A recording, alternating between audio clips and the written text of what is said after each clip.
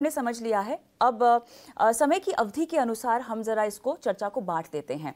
बहुत सारे ट्रेडर्स हैं जो एक दिन में पैसे कमाना चाहते हैं, एक दिन का ट्रेड लगाते हैं और एक दिन में वो कमाई रोजाना करते हैं, लेकिन वो उनका जो ट्रेड करने की विंडो होती है वो एक ही दिन की होती है।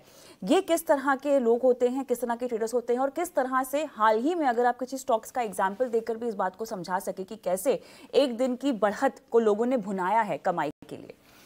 देखिए कविता जी, शेयर बाजार के अंदर राइट और रॉन्ग कुछ नहीं होता है, आपकी अप्रोच मैटर करती है। बिल्कुल। अगर आप डे ट्रेडर हैं तो आपका टाइम होराइजन जाहिर में आपका जो टाइम होराइजन एक दिन का है। अगर आप पोजिशनल ट्रेडर हैं तो आपका टाइम होराइजन ज़्यादा है। अच्छा। अगर आप एक SIP इन्वेस्टर हैं तो आपका टाइम होराइजन और ज़्यादा है। अगर आप एक प्रमोटर हैं तो आप महीनों में नहीं सोचते हैं, आप सालों दशकों में सोचते हैं। अगर आप डे ट्रेडर हैं तो मैं एक एग्जाम्पल लोगों को देता हूँ कि एक क्वार्टर जो है ट्रेडर के लिए, एक क्वार्टर का महत्व क्या है?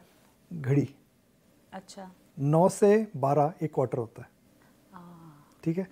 एक एनालिस्ट के लिए क्वार्टर होता है 4 महीने, बिकॉज वो क्वार्टर ऑन क्वार्टर रिजल्ट्स देखता है। अच्छा, ठीक है जी।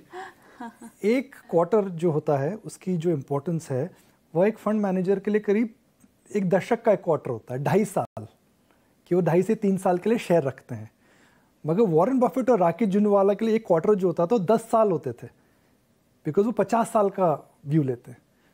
तो ये जो डेफिनेशन है ये आपके टेम्परामेंट पे डिपेंड करती है। अच्छा। मगर जब एक दिन का जब आप व्यू लेते हैं तो आपको शार्पनेस रखनी चाहिए, आपको स्टॉप लॉस रखना चाहिए, और उस समय जब आप व्यू ले रहे हैं तो आप मोमेंटम पे व्यू ले रहे हैं, जो कि गलत नहीं है, बट उसके अंदर आपको स्टॉप लॉसेस और जो तकनीकी रूल्स होते हैं जिसे हम स्टॉप लॉस बोलते हैं, RSI इंडिकेटर्स बोलते हैं, उनका ध्यान रखना चाहिए।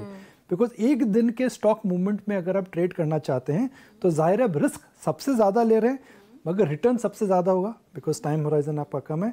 मगर आपको अगर मार पड़ती है या आपका दाव उल्टा पड़ता है तो उससे बचने के लिए आपको डिसिप्लिन रखना बहुत ज़रूरी है।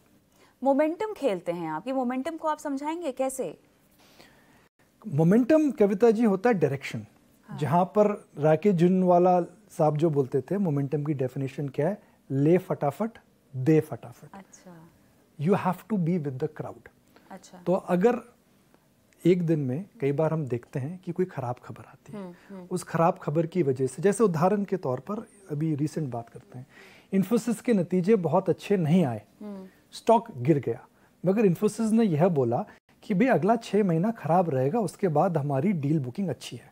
तो आपको अगर एक दिन का टाइम होराइजन था तो आपको इन्फोसिस में उस दिन मार पड़ी। मगर आपने बोला जी मैं 6 महीने से ज़्यादा, मेरा 12 महीने से ज़्यादा टाइम होराइजन है तो मैं पेशेंटली इन्वेस्ट कर सकता हूँ, तो इन्फोसिस का जो आने वाला साल रहेगा वह गए साल से बेटर रहेगा। तो आने वाले 12 महीने अगर पिछले 12 महीने से अच्छे हैं तो स्टॉक में रिकवरी देखने को मिलेगी।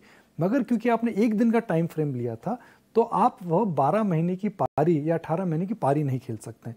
तो उस दिन आपको डिपेंड कर रहा है कि आपकी रिस्क क्या है, आप किस लिए रिएक्ट कर रहे हैं और आपके पास किस प्रकार का स्टॉप लॉस है। मोमेंटम पकड़ते कैसे हैं?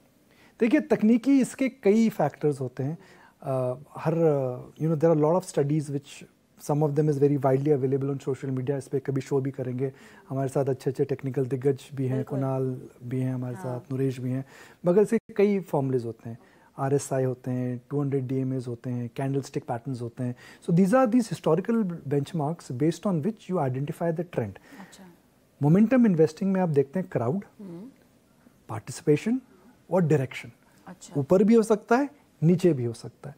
इंपॉर्टेंस ये है कि आपको डायरेक्शन, स्पीड और पार्टिसिपेशन पकड़ना पड़ता है, जिसके कई मेथडोलॉजीज हैं। ओके। और ये सब टेक्निकल एस्पेक्ट है, इसको हम फंडामेंटल एनालिसिस में नहीं गिनते।